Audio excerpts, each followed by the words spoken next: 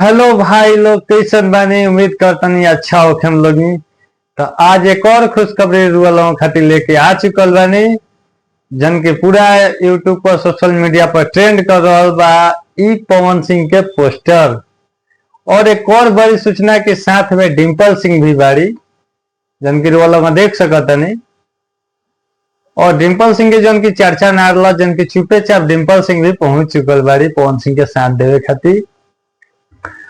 और बॉलीवुड के बहुत सारा सुपरस्टार भी बालो, जन की कुणाल पांड्या, जन हार्दिक पांड्या बारे हैं हमनी के खिलाड़ी, उनकर वाइफ भी बाड़ी साथ में पवन सिंह के, देख सकता इन लोगों पोस्टर में।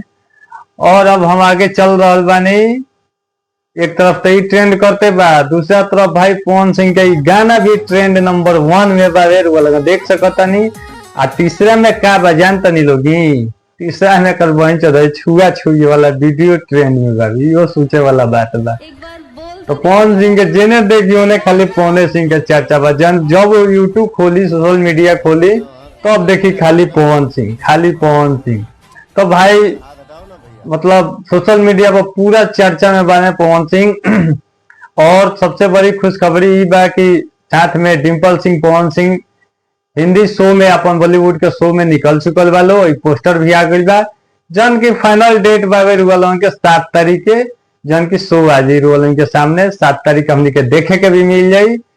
तो रुआ लोगन के कैसन लागल ये वीडियो कमेंट करके जरूर बताएं लोग। और एक भाई आप लोग के हाथ जोड़ के निवेदन है कि रुआ लोग वीडियो देखता है लेकिन सब्सक्राइब नहीं करत भैया, सब्सक्राइब कर दे। एगो का जाता कि नेट रुआ लोग से बेसी ज्ञान करत हो गए, एगो बस सब्सक्राइब कर दी और वीडियो को लाइक कर दी। बाकी हम चलते नहीं, फिर अगला वीडियो लेकर रुआ लोग खातिर आए। बाकी रुआ लोगों का बहुत बहुत धन्यवाद।